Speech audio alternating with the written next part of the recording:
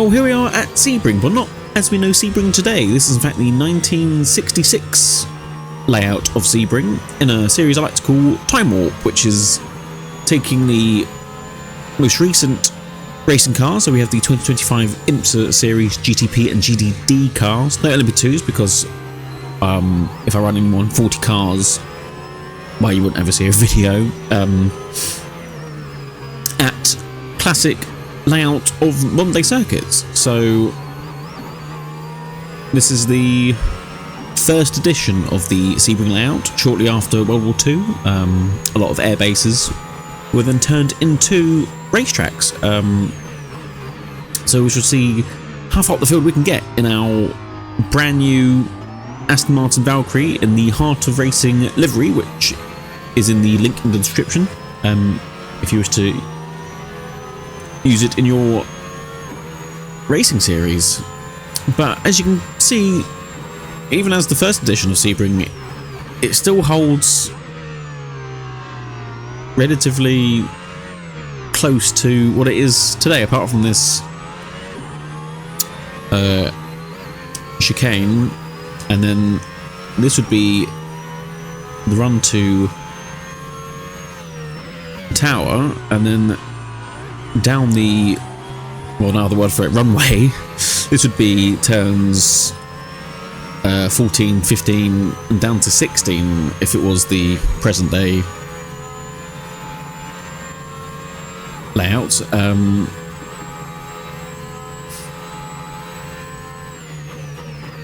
But yeah, Sebring is one of the oldest racetracks in the States. I think it first began to run races in it was 1950, and then the first 12 hours of Sebring was held in 1952, and shortly after that it was on the international racing calendar, which included Formula 1, which I didn't know, for several years, much like the Indianapolis 500 was on the F1 calendar, but it was sort of ignored by the Europeans. So after a while, they were no longer on as part of Formula 1. But who needs Formula 1? Because sports cars, right?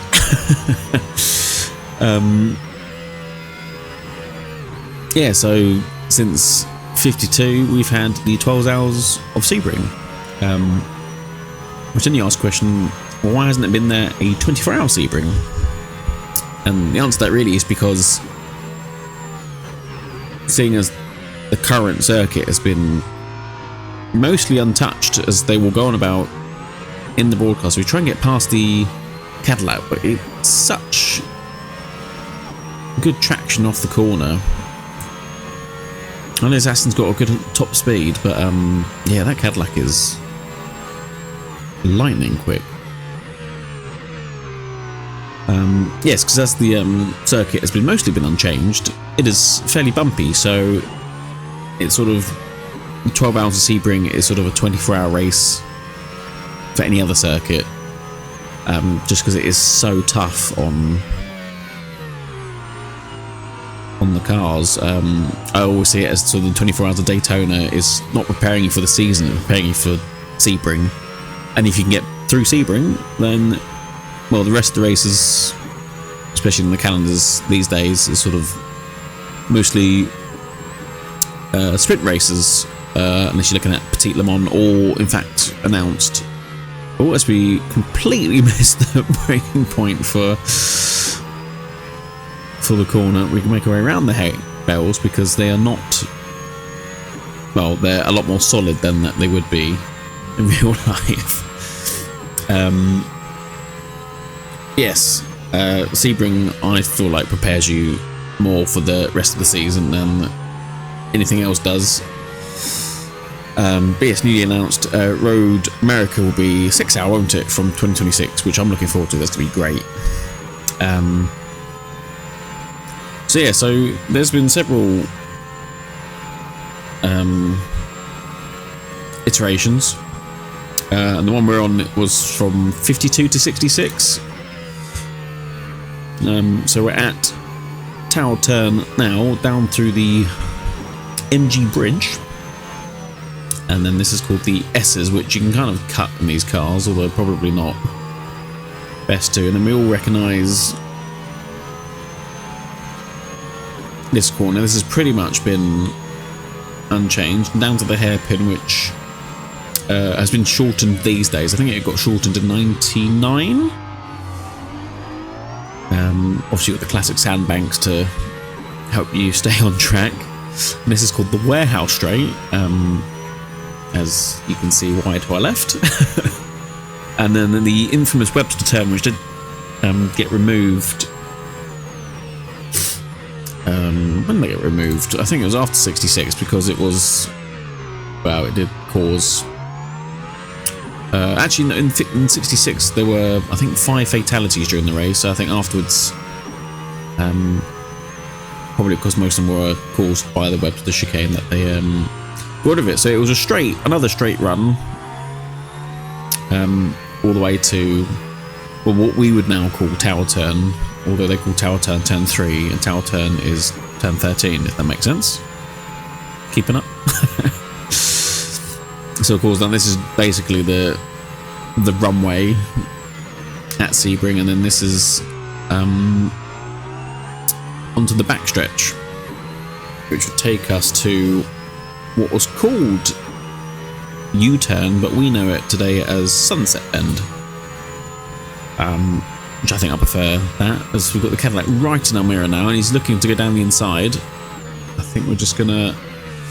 He's not close enough.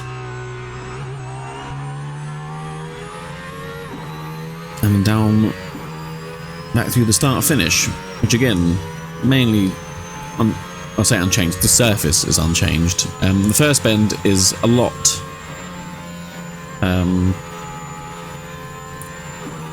smoother, not as tight. Well, it's sort of, you've got two apexes before you get to what they call Tower Turn, but we would call Turn 3.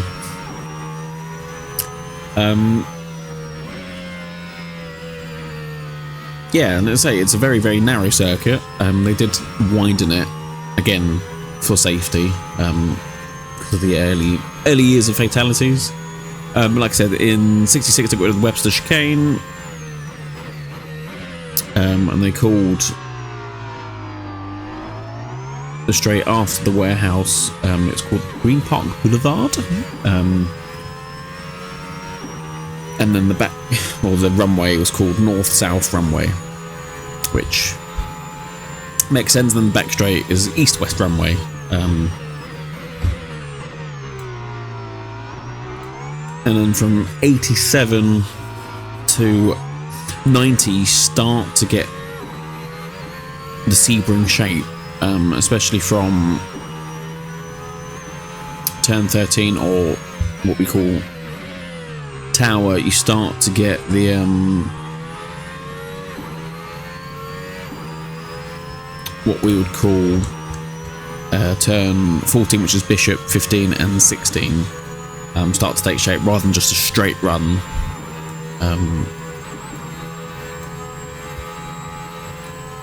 There are a couple of kinks to make it a bit more of a racetrack. And then of course then from 99 to now, which is the 8th variation, obviously Turn 1's a lot more tighter. What they call Turn 2 isn't really a turn, is it? And then sort of where the MG bridge is now, that those S's are sort of brought a bit forward, and then 6 is obviously Big Bend and Hairpin was brought a lot closer, and then it's not a straight run anymore. You got 8 and 9 up to 10, and then that is the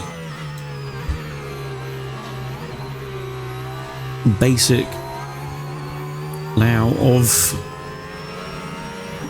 Sebring, as we are now starting to get up to traffic, as I did say, there are some GTD cars, and the LMP2 cars, well, I didn't quite have room for them. Also, the LMP2s are the new LMP3s anyway, so because at the time of recording, I am watching the 12 Hours of Sebring at the moment. As we come to the Corvettes, and we've got our top three there. We've got the is that the JD Miller Porsche, as well as the Lamborghini, which is doing very well, and the Beamer. We're obviously doing a lot faster lap times than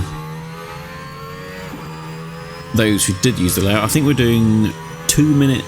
I think the fastest 2 minute 19, where I think the fastest for the road course for 66 is Dan Gurney in the Ford GT40 Mark II did a 2 minute 54, so ever so slightly faster than those back in the day. There's of course Rexy. But yeah, I mean this. Oh, as we go very deep at U-turn or Sunset. Yeah, this Valkyrie. I mean, this mod is not 100% accurate to the actual car, but this is a livery I've made because I was waiting for someone else to do it, but it was quick for me to do it. It turned out. Well, I didn't realise the actual car in real life is sort of metallic paint, which unfortunately you can't change on a livery unless you go into the KN5 files, which is not going to happen. So it is going to be a matte livery for now, hopefully. I think I did see one of the Assetto Corsa modding groups put a teaser out for the Valkyrie. So hopefully it won't be too long before then. But it's great to see Aston Martin back. I mean, obviously their last class win at Sebring was in 2005 in the DBR9, and then they did get a couple of class wins.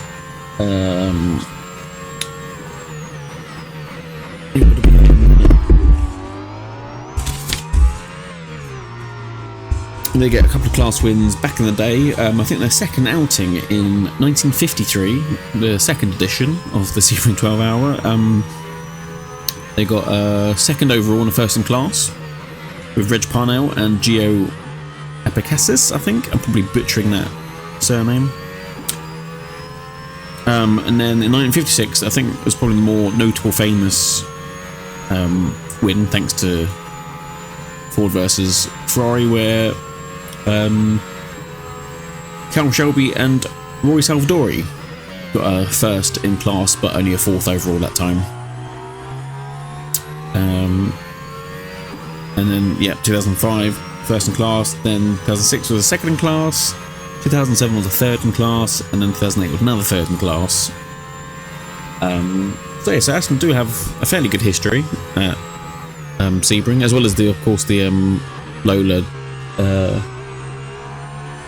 Was that a DBR 1/2? Was it? The Golf liveried one. We all know it. Again, another V12. Again, Aston Martin have a good history of V12s at Sebring with.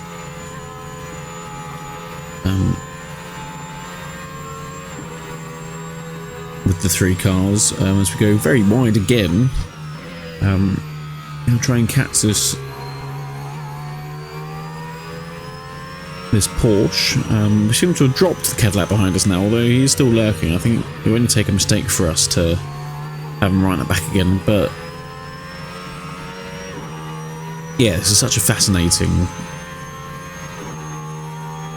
circuit. I say I've always rated Sebring. I think actually, to be fair, since starting this YouTube channel and doing a lot of American-based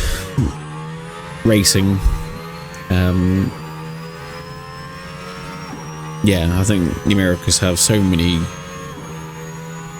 great racing circuits. I think Road Atlanta being one of my favourites. Road America, I don't really race at Road America online, but I should, because I can't remember the last time when I raced in it. It must have been maybe an iRacing race, but I'm not talking about a couple of years ago now. So it'd be good to do a video on that, as well as VIR as well. That's a fantastic circuit, especially in the UK. They're all sort of, again, I've said this before, based on airfield, so they're all relatively flat, apart from Brands Hatch, Alton Park, and there's probably a couple others as well, I can't think of the top of my head. Not Kill. But yeah, there's just something about, and especially the IMSA schedule as well, something about starting with your two biggest races, and also because of the time of year, there's nothing else going on apart from the F1 this weekend. But I don't know, I've watched F1 for God knows how long, but I don't know, this year I'm interested again, but the last couple of years I've not been bothered. But with this golden age of hypercars, I mean, what does it matter, right? As long as I've got something to keep me occupied. So, alright, here we are. We are on the back of the Lamborghini now. As we've got a fair amount of traffic to get through. One Corvette, two Corvette. These are obviously deliveries from Daytona. The Aston's been pushed off there. I think that might be our teammate. It is. It's our Heart of Racing teammate being forced off by the Lambo. Well, we'll see if we can get our revenge. Although it looks like our Aston's lost 2 places there because of that. Okay. Well, okay. Apart from the Mustangs as well. We'll see if we can catch this Lambo. It does seem to be incredibly quick. As we've dropped everyone else. Probably the 2 most unlikely cars to win Sebring in real life. I'm going to try and win it in 66, I suppose.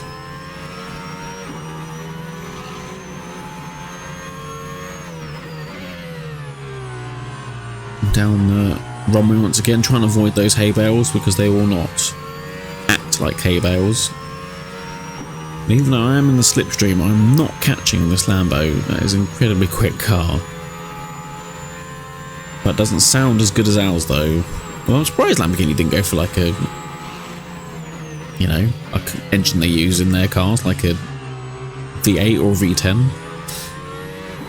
It probably is a V8, isn't it? It just doesn't sound like one. It sounds like an LMP2 car, to be honest. But thanks to Aston, at least, as we get past the Lambo, but we've, oh no, I've completely, I couldn't see where my braking point was. I completely lost it. Right, okay. Should probably stop yabbering on about how cars sound. As I say, thanks to Aston, at least we got the V12, and to be fair, the Cadillac's V8, especially on startup, is perfect. Right, well, this is going to be a scrap to the end, isn't it? As the sun is starting to set, so we only probably got a couple of laps left.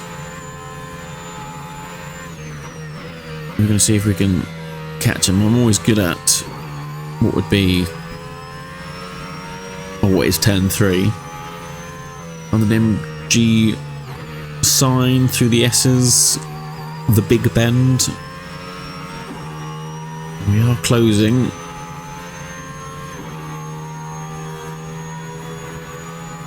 It's not quite enough for a move.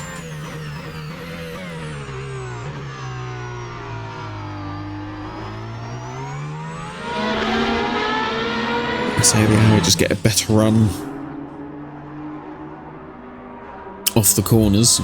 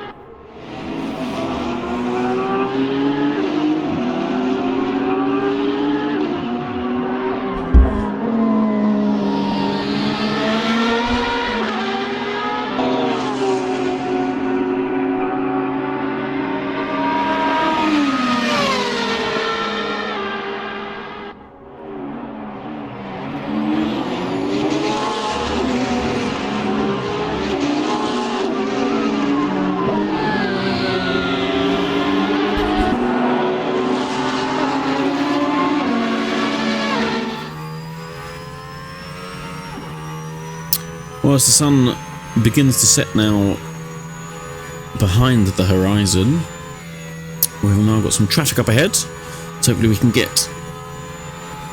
past Lambo. I believe this is for first place actually, as we get stuck behind the Iron Dame's Porsche. We go a little bit wide.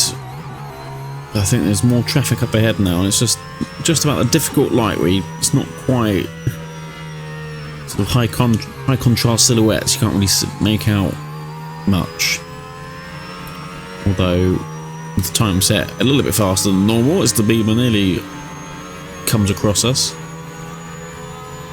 We're now caught back up with our rival, but the Porsche still on the inside there. He's really brake late, much later than I have. We get past, but again the Lambo is just out of reach. I haven't quite got enough, and like I said, we've got a good top speed, but just not a great launch. Perhaps because it is naturally aspirated. Naturally aspirated.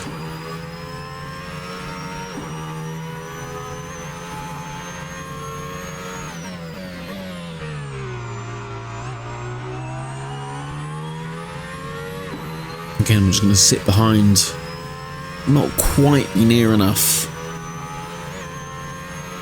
for a tow.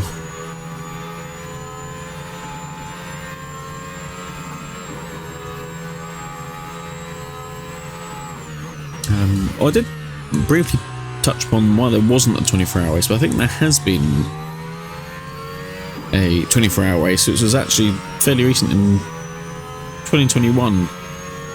I think it was just like a World Racing League, sort of an amateur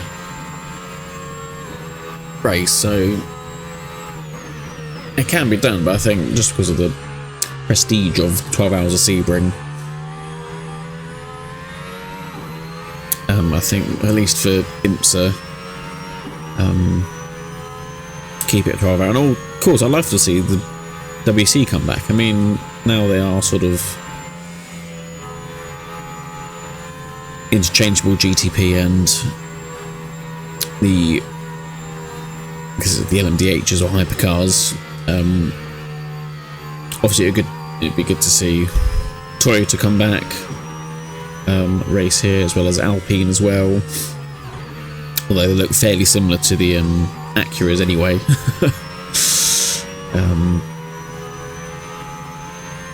Yeah, like back in the day it was the Audi R18 e-trons against the Peugeots.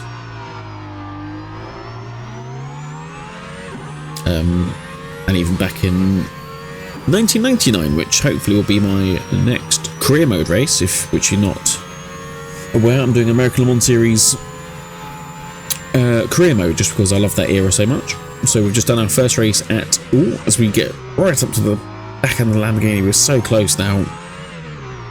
I think we've got 1 or 2 laps left, so I really need to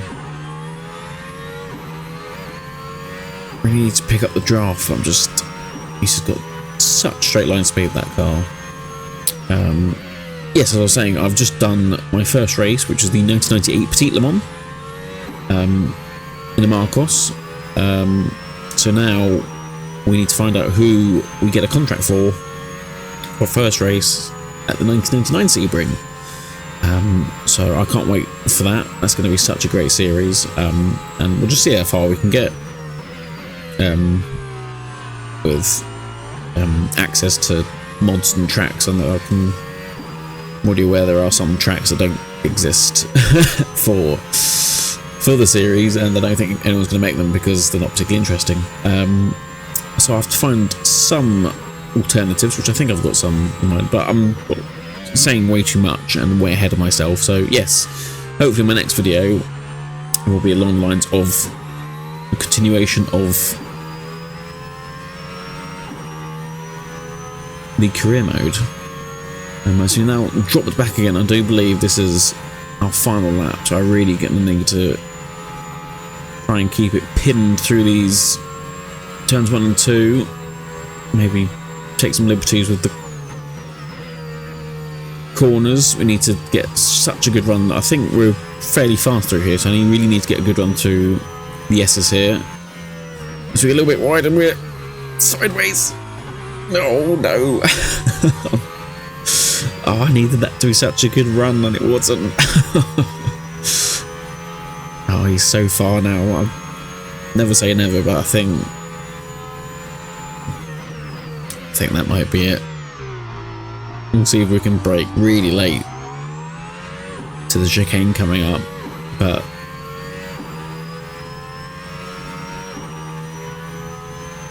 I don't think we can. Past the warehouses, down to the chicane. Okay, looks like we are, but it's just the Constantine effect. And this is where the Lamborghini's strongest. I think he might just be able to hold us off. We've got no one behind us, so we've dropped everyone else. I was not expecting that.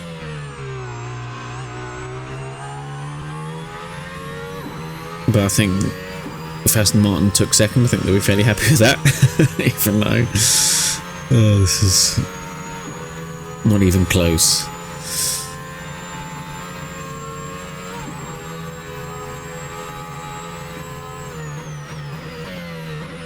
The last couple of corners, and when we're just not gonna be able to do it. But this has been fun. I say I've always waited a long time to do this series. The winner chicken dinner, taking all the previous race winners and put them against each other, and of course 2025 cars at the classic versions of the track. So hopefully we get to see more of those in upcoming videos, and we shall take second place. I think that's not a bad result at all. And there we are for our first time walk race. I hope you enjoyed it. If you did, then please feel free to leave a like and comment on what else you'd like to see. Do feel free to check out my other videos, but until then, take care, and I'll catch you next time.